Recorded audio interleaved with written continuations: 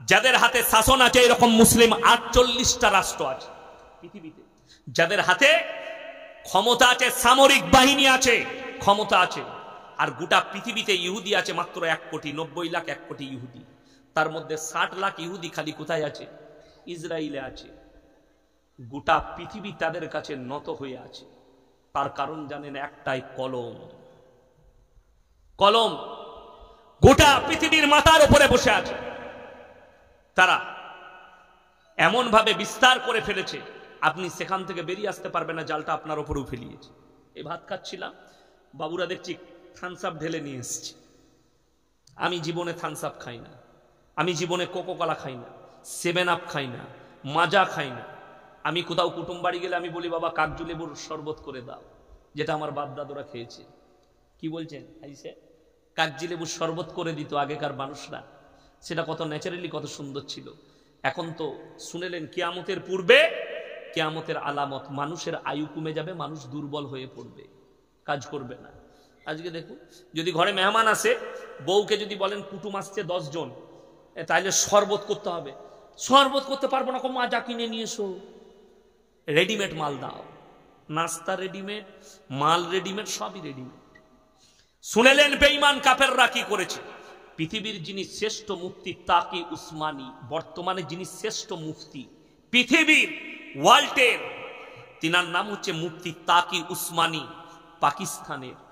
তিনি সেদিনে ফতোয়া জারি করেছে, मैंने बहुत तहकीकात करने के बाद मैं इस नतीजा पे पहुंचा हूं कि मुसलमान को चाहिए कि इजराइल के माल को बैकट कर, ये हराम है। জানেন আমরা 2 লিটার থামস আপ কিনি না, দোকানে পাওয়া যায় 2 লিটার থামস আপ। একটা 2 লিটার থামস আপের দাম 100 টাকা। 100 টাকায় খালি 40 টাকা চলে যায় ইসরায়েলের পকেটে। ভারতের 30 কোটি মুসলমানের মধ্যে 20 কোটি মুসলমান যদি রোজ থামস আপ কিনে,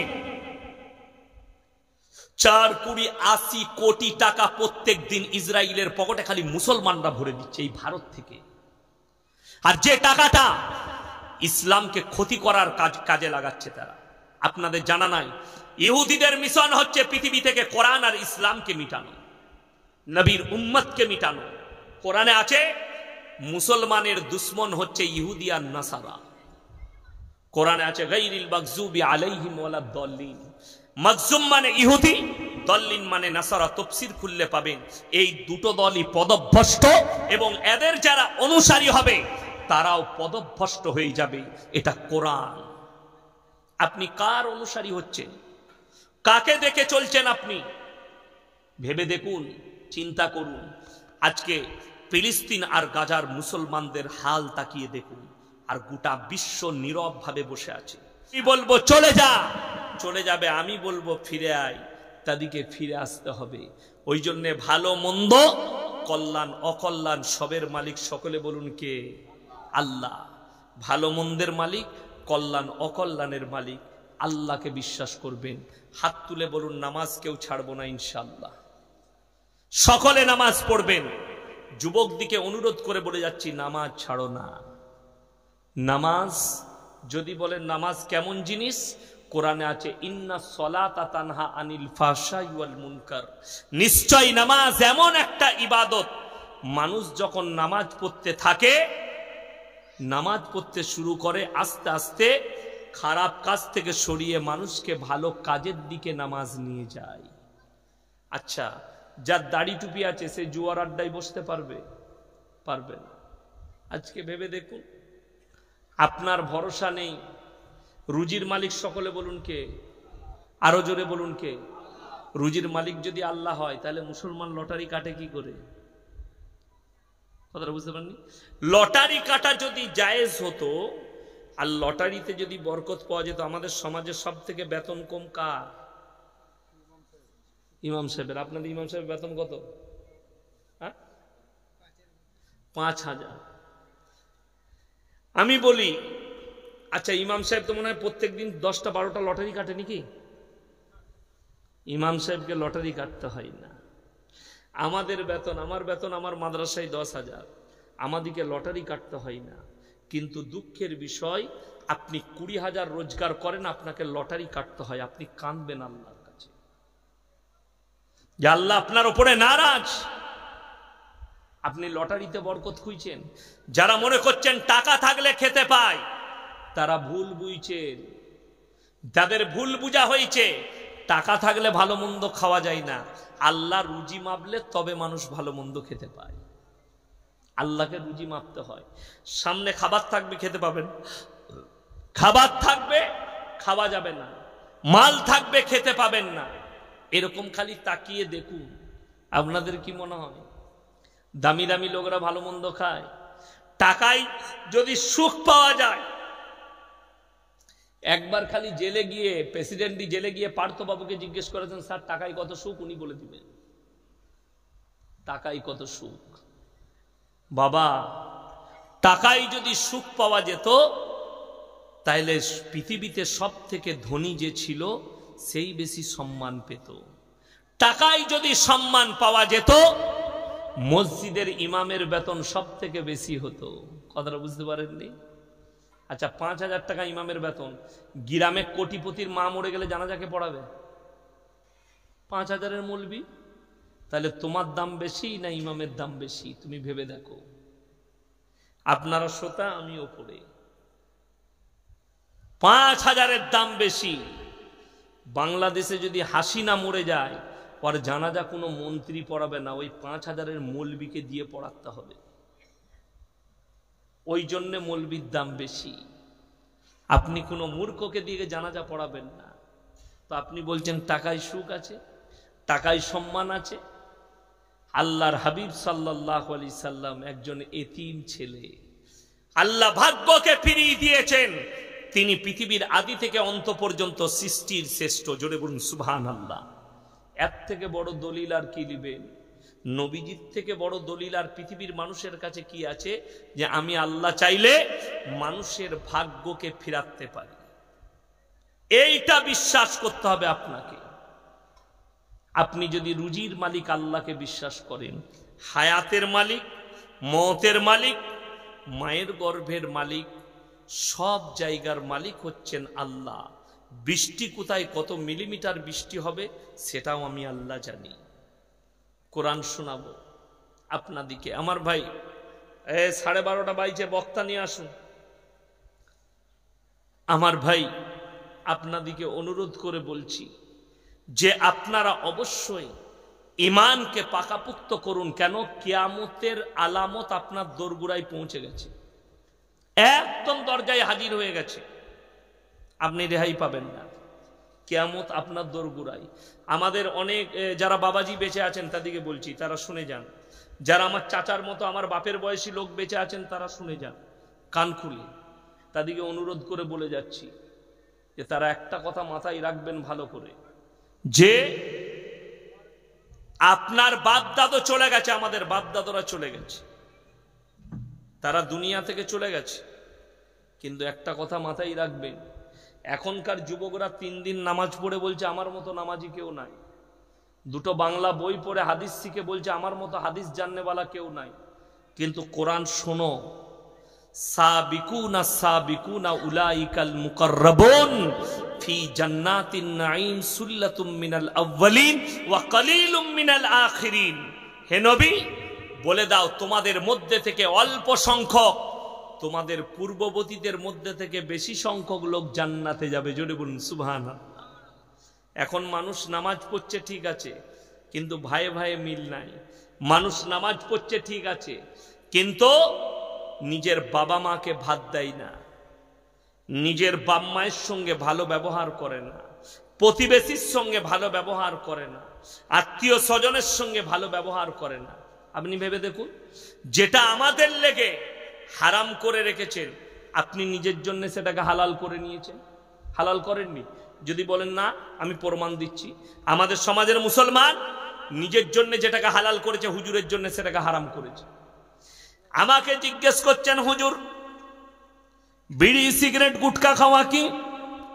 আমি বললাম মাকরু। আপনি বললেন তাহলে মালটা চালানো যাবে, দিয়ে চালাচ্ছে। কাঁচা পেঁয়াজ খেয়ে মসজিদে যাওয়া যাবে? কথা বলে না। কেন? কেন? মুখের দুর্গন্ধ ছাড়বে।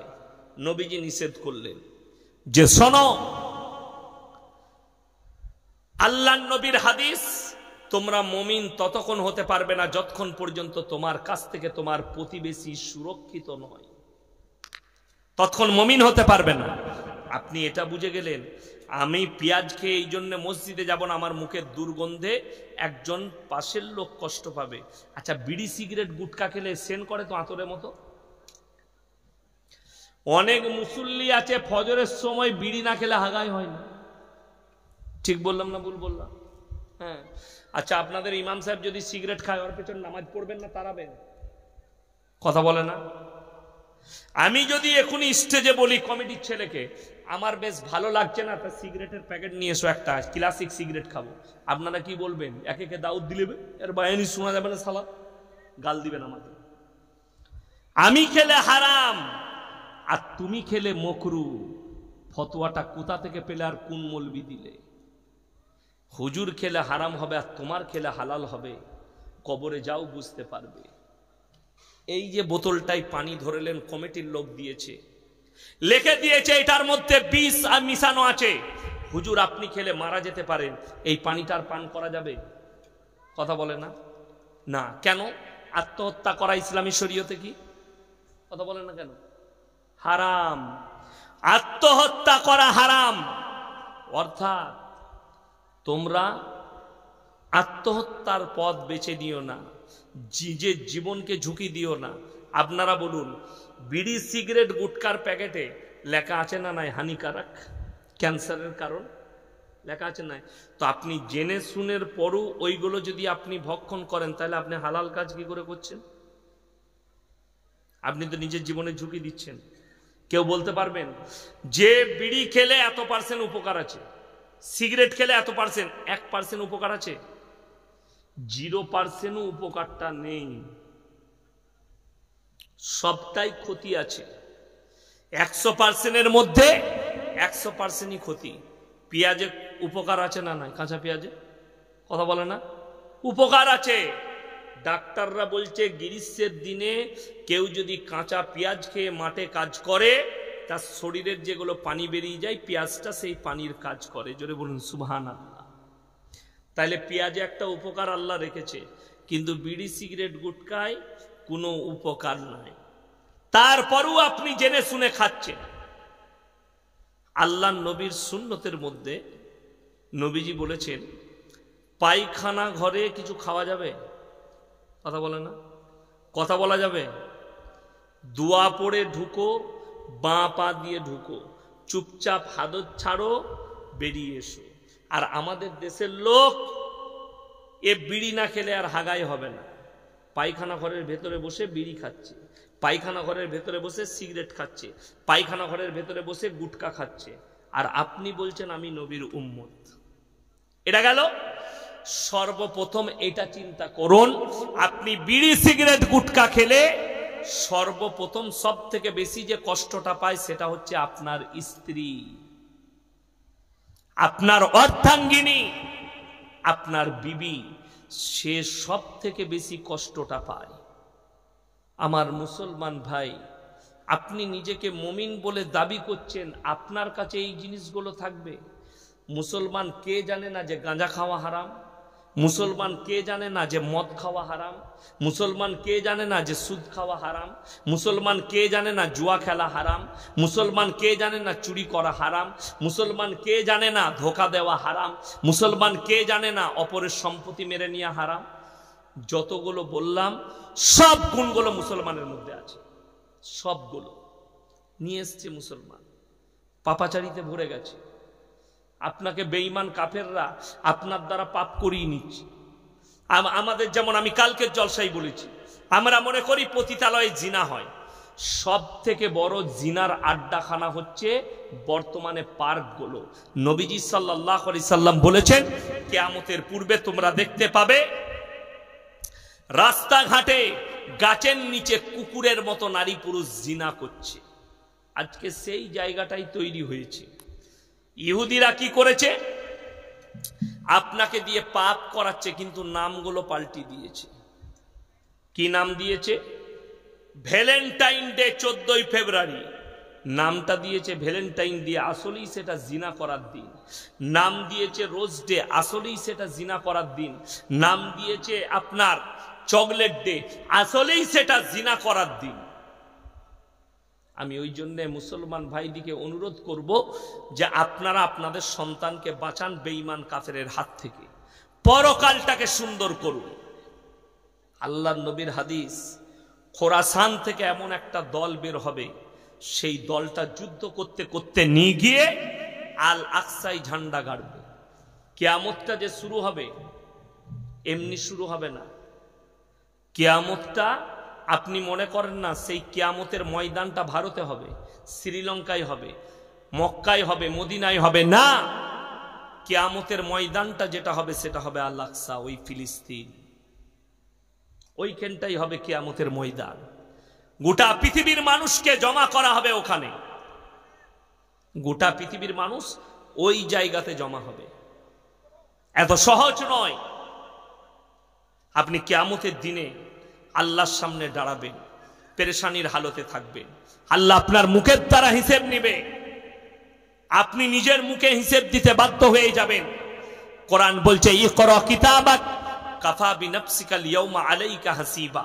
হে আমার নবী, আমি মানুষের হাতে আমলনামা ধরিয়ে দেব, তারা নিজের মুখেতে নিজের হিসেব দেবে। আল্লাহ অর্ডার দিবে, তোমরা নিজের মুখে হিসেব দাও। এর একদল গেল, আর এক দলকে আল্লাহ কি করবেন? আল-ইয়াউমা নাখতিমু আলা আফওয়াহিহিম ওয়া তুকাল্লিমুনা আইদিহিম ওয়া তাশহাদু আরজুলুহুম বিমা কানু ইয়াকসিবুন। তাদের জবানগুলো সিলাই করে দেয়া হবে, তাদের জবানগুলো সিলাই করে দেব। হাত কথা বলবে, তাদের চোখ কথা বলবে, তাদের ঠোঁট কথা বলবে। আমি তাদের অঙ্গকে কথা বলার যোগ্যতা দেব, তারা কথা বলবে। আর তাদের জবানগুলো সিলাই হয়ে যাবে, তারা সাক্ষী প্রদান করবে। সেই দিনে আমার কাছে পেরুবার আর কোনো রাস্তা থাকবে না। ইয়াউমা লা তামলিকু নাফসুন লিনাফসিন শাইয়া ওয়াল আমরু ইয়াউমাইদিন লিল্লাহ। সেদিনের মালিক হব আমি, সেদিনের বিচারক হব আমি। পৃথিবীর আর কেউ কথা বলতে পাবে না, আমি যাকে হুকুম দেবো সে ছাড়া কেউ আর কথা বলতে পারবে না। ওই জন্য আমি মুসলমান ভাইকে অনুরোধ করে যাচ্ছি, সবাই নিয়ত করেলেন পরকালে তৈরি হয়ে যাব। আল্লাহ বলেছেন দুনিয়াতে ভয় করার কোনো বিষয় নাই। আপনি মৃত্যুকে ভয় খাবেন না, আপনি কবরকে ভয় খাবেন না। কখন? ইন্না আউলিয়া আল্লাহি লা খাউফুন আলাইহিম ওয়া লা হুম ইয়াহজানুন। হে নবী, যারা আমার বন্ধু হবে তাদের দুনিয়া এবং পরকাল কোনো জায়গাতেই কোনো রকমের কোনো ভয় নেই। তাদের দুনিয়াও আসান, পরকালও আসান। দুনিয়ার প্রতি মহাব্বত কমিয়ে দেন। ওয়াইলুল লিকুল্লি হুমাযাতিল লুমাযা আল্লাযী জামাআ মালাহু ওয়া আদ্দাদা ইয়াহসাবু আন্না মালাহু আখলাদা কাল্লা লায়ুমবাযান্না ফিল হুতামা ওয়া মা আদরাকা মাল হুতামা নারুল্লাহিল মুকাদা আল্লাতী তাত্তালিউ আলাল আফইদা ইন্নাহা আলাইহিম মুসাদা ফি আমাদিম মুমাদ্দাদা। হে নবী, বলে দাও পৃথিবীর মানুষকে, তোমাদের মধ্যে কিছু এমন লোক থাকবে ওয়াইলুল লিকুল্লি হুমাযাতিল লুমাযা, পেছনে একরকম সামনে একরকম। আপনার সঙ্গে বাজারে দেখা হলো, সালাম আলাইকুম ভাই, ভালো আছেন? জি। তুমি কেমন আছো? তোমার লেগে বুকটা ফেটে যাচ্ছে, অতদিন দেখা হয়নি। যেমনি আপনি চলে গেলেন, পেছনে হয়ে গেলেন, সে বলছে শালা এখনো মরেনি, বেঁচে আছে। এরকম লোক আছে না নাই আমাদের সমাজে? কোরআন বলছে আছে। তোমার পেছনে একরকম হবে, সামনে একরকম। আল্লাযী জামা মালাহু ওয়া আদ্দাদা, সেই ব্যক্তিরা মাল জমা করে আর বারবার গুনে গুনে রাখে, আর মনে মনে ভাবে ইয়াহসাবু আন্না মালাহু আখলাদ, এই মাল আর ধন সম্পদ আমাদের কাছ থেকে আর কোনোদিন যাবে না। কাল্লা লায়ুমবাযান্না ফিল হুতামা, নবী বলে দাও তাদেরকে আমি হুতামাতে নিক্ষেপ করব। ওয়ামা আদরাকা মাল হুতামা, ওগো আল্লাহ হুতামা কি জিনিস? নবীজিকে আল্লাহ বললেন নারুল্লাহিল মুকাদা, সেটি হচ্ছে আমার একটি প্রজ্বলিত আগুন। আল্লাতী তাত্তালিউ আলাল আফইদা, এমন আগুন যার মধ্যে কোনো পদার্থকে ফেলিলে সেটি চূর্ণ বিচূর্ণ করে দেয়। এক একটা থাম্বাই একজন করে বন্ধন করা হবে, রক্ত চর্বি গলে গলে পড়বে, পেরুবার কোনো রাস্তা পাবে না। ওই জন্যে মালের প্রতি দুনিয়ার প্রতি মহাব্বত কমিয়ে দেন। আজকে যে বলছেন আমি কোটিপতি, তুমি মরে যাওয়ার পরে তোমার সন্তান হবে কোটিপতি। আজকে যে বলছেন জায়গাটা আমার, কালকে তুমি মরে যাবে, ওই জায়গার মালিক হবে তোমার সন্তান। যে বলছো বাড়িটা আমার, তুমি মরে যাবে, তোমার আসল বাড়ি হবে কবর, কিন্তু তোমার মালিক হবে তোমার সন্তান। যেমন বাগানে ফুল ফুটলে ফুলগুলো একটা একটা করে ঝরে যায়, একটা করে 20 ফুটে একটা ঝরে যায়। আমাদের পরিবার বর্গ সেরকম, বাপ আসবে, বাপ চলে যাবে, বেটা থাকবে, বেটা থাকবে, পুতা থাকবে, বাপ চলে যাবে।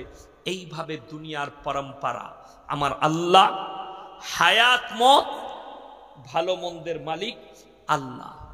কার কখন মৃত্যু হবে, কাকে কখন আল্লাহ মৃত্যু দিবে, এটা আল্লাহ ছাড়া কেউ জানে না। সবাই দরুদ শরীফ পড়ুন, আল্লাহুম্মা।